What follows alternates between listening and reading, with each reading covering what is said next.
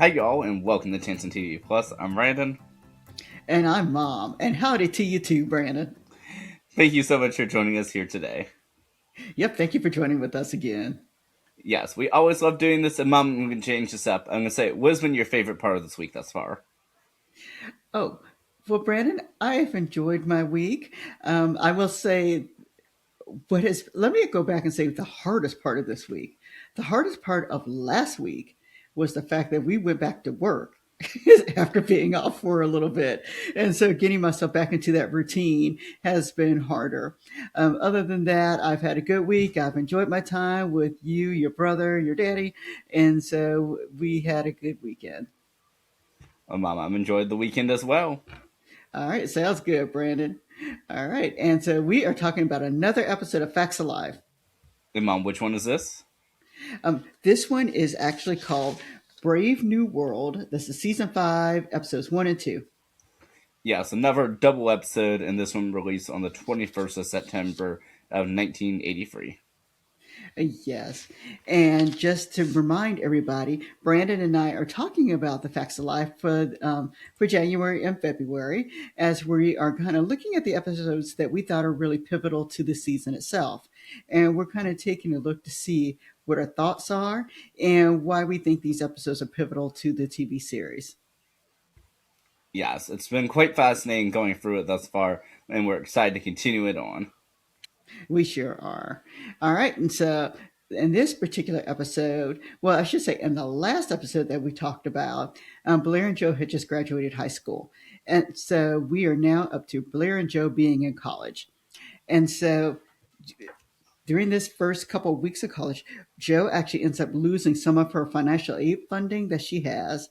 And so she ends up moving in with Blair in her college dorm.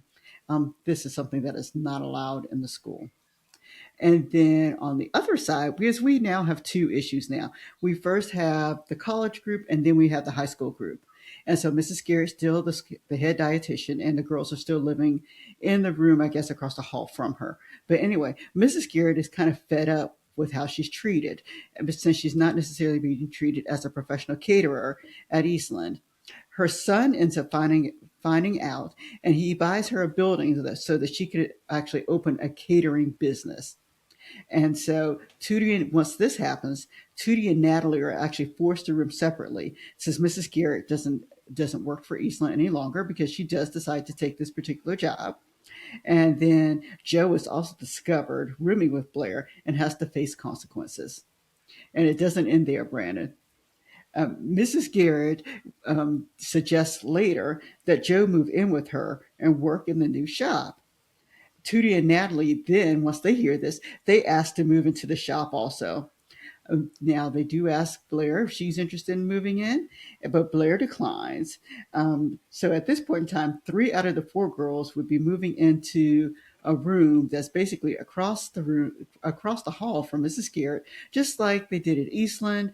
They would now be doing this at Mrs. Garrett's own place, and they'd be rooming right above Mrs. Garrett's new shop. I think I captured that everything, Brandon. Did I leave anything out? Mom, I think that's the gist of it. Excellent. And first of all, Mom, thank you so much for that. You're welcome, Brandon. And overall, what did you think about episode 78 and 79? Well, actually, Brandon, it's one of my favorite episodes. You asked me previously in a different episode what I've memorized. This is one of those episodes that I've almost memorized it. And so I thoroughly enjoyed this episode. Yes, I enjoyed it as well. I've also pretty much memorized this episode. The question is, what do you have memorized more, part one or part two? Oh, good question. I don't know. That's a good question. I'm not quite sure which one I've memorized for. What's interesting is Probably part, probably part one. But I said probably part one too. I would have to think, but I remember the beginning of a part two quite well with Mrs. Garrett's resignation. okay. Uh, oh, yes, I'm sure you. I'm sure you do. I'm sorry, it just went straight through my mind what Mrs. Garrett said at that time period. So yes, I'm sure you do.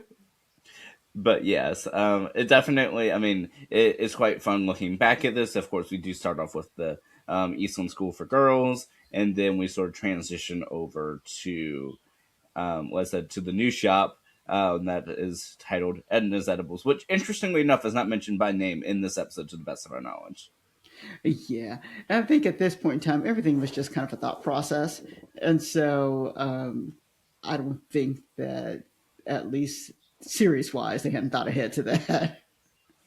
But yes, not to say it's not there, but we don't believe it was really shown at this point. But overall, I thought this was an enjoyable episode and a great way to see that um, like that everyone has at least progressed forward, but that we're changing it up. I think easy trap this could have gone is simply have had it where you not would have not seen Blair and Jill at college, but at least glad to see that you got to see them in that college environment. Blair in her fancy dorm, um, and Joe trying to figure out what's next. Yeah, actually, and that's a good point, Brandon, because I didn't even think about that. They very well could have spoken about Blair and Joe just as being two people who were in college without actually showing college itself. They could have easily done that because they could have come and seen their friends at Eastland rather than the other way around. But I like that they did incorporate college in there to show that they were there and that they were doing something else. Yeah, so this connects back to the previous episodes that we had just spoken about last week, where the character said that they have to make a point to not be one of those people that said, that just talk the talk in the sense of that, we're not going to become those people that don't see each other, or that maybe they will, but they do actively try to get to see each other. But it sounds like this is the first time that they've met up since that time. Well, yeah, it does sound like it's been a while since they've seen each other. But yes, but I'm sure Tootie and Natalie had a fun time taking lovely pictures of the dorms. The yeah, yes, Natalie took a lot of pictures of the dorms. But yes, so lots and lots of pictures. But it was nevertheless enjoyable to sort of see that reaction and Mrs. Garrett being fed up. And we get to see, of course, her son for the first time. Yes, we did get a chance to see her son, and it was nice. And I think they left the continuity with there also. Yes, and overall, like, is Raymond who you would? I mean, and I know that again, we've already seen this time and time again. But overall, like, do you think Raymond fits for being Mrs. Garrett's son? Actually, I think so. I think so. They wrote him really well. So yes, I think that he does fit an image. And well, I should say I'm okay with the image that is presented to me for being Mrs. Garrett's son. But yes, but I like that this is able to give Mrs. Garrett a new beginning, especially since the spirit, the whole series itself was a spin-off of Different Strokes for her character. And I know while the girls are oftentimes the focus, is I'm glad that we were able to give Mrs. Garrett something new to do and a new challenge for her. I know we first saw her again in Different Strokes as a housekeeper, then as a what was she in season one of Facts of Life? I think she was kind of like the dorm mother. Okay, yeah, like a Uh, house mother, and I know of yeah. course seasons two for four, of course she was dietitian. Yep. But this gives a chance to show that Mrs. Garrett is a strong character or a strong person on the show. So I like that they're making her independent, and that actually shows that all the girls are really kind of independent and are able to work successfully underneath her. Yes, and what do you think that this episode does? I mean, of course, we chose this episode for a reason, not just because we enjoy it, because we do, but also because it has a pivotal, I guess, shifting point for the series. And so, what would you say this episode represents for the series as a whole? Actually, I think it does several things. It shows that Mrs. Garrett, well, first of all, she still wants the children. So those four girls mean a lot to her. But it shifts because now we have three out of the four girls who want to room with Mrs. Garrett. So we have now brought them back together again. We also have Mrs. Garrett with a new occupation. So, first of all, we learned that, first of all, three out of the four girls were roomed together again, which shows that they are actually going to be together. And then we also have Mrs. Garrett with a new occupation, which kind of gives her a new direction in life. And then we have high school and college, how they're going to merge together per se. And so we're going to see how it's explored, how we can have high school and college, how they can learn from each other. And so I think, and they did this to me kind of seamlessly.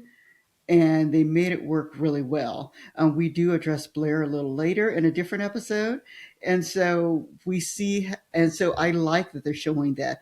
Let's make these baby steps. Let's have this group together right now, and then let's address Blair later. So she gets her own episode, and to show how she eventually does come and merge with them. We're not, everyone knows they come together at some point, all four of them. So I mean, we do know, we find out later through a different episode how Blair comes to decide that she wants to live there also.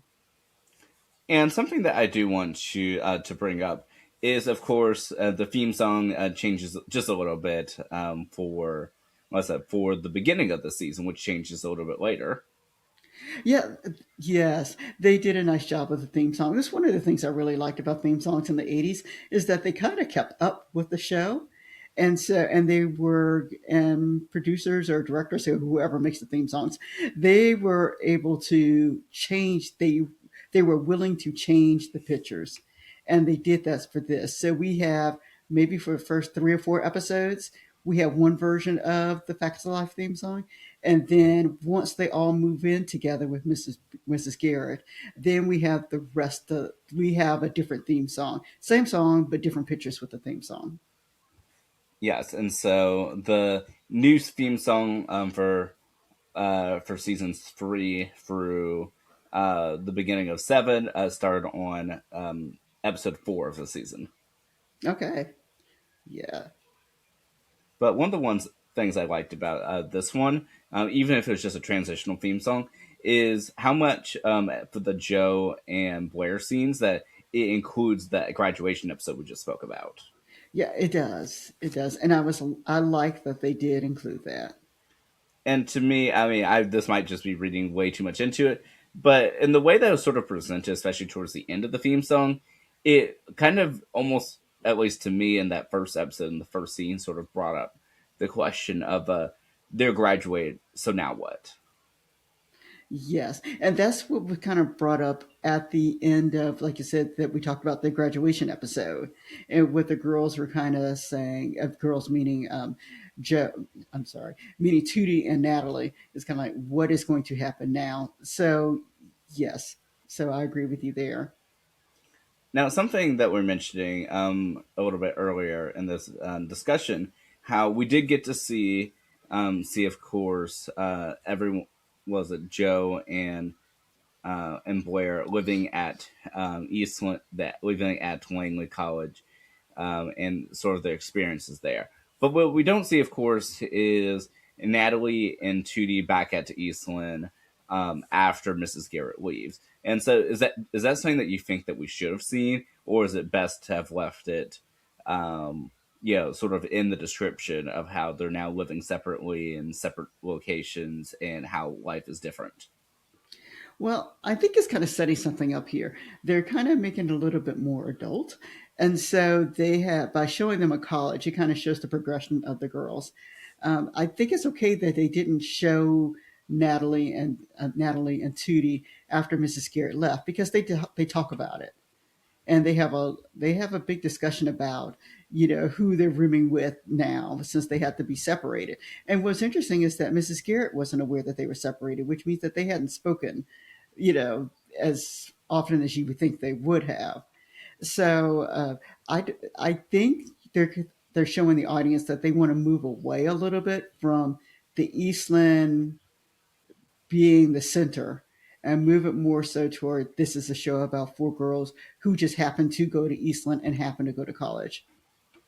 And I really do think that was a good decision. Of course, the series starts off, with Mrs. Garrett and Tootie and Natalie, of course, in the kitchen of Eastland, of course, preparing for the school headmaster, Mr. Parker's sort of dinner parties that he keeps changing at the last minute. Part of the reason Mrs. Garrett quits, but yeah, outside of that, I like that we don't focus too much on Eastland in the sense of that we're moving forward, because I could have easily have seen this where they're trying to do a sort of, I guess, a two-way split in the sense of, half the storylines are at Eastland, half are at Langley, and half are at Edna's Edibles, and nothing per se wrong with that. I know we do see a bit of Langley College here and there throughout the next few seasons, but I like that they don't try to stretch out the show too much, and they decide to just move the setting. When they move it, everything is moved from that point forward.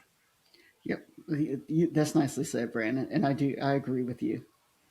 Yeah, and something that I want to discuss overall, or at least briefly mention, is of course we've not spoken about him on our discussions, but the headmaster at the time, Mr. Parker, in the sense that, of course, he's a sort of here and there constant present throughout these seasons, recurring, but he is just one of the series of headmasters that we've seen, and at this point, just the 5 seasons alone.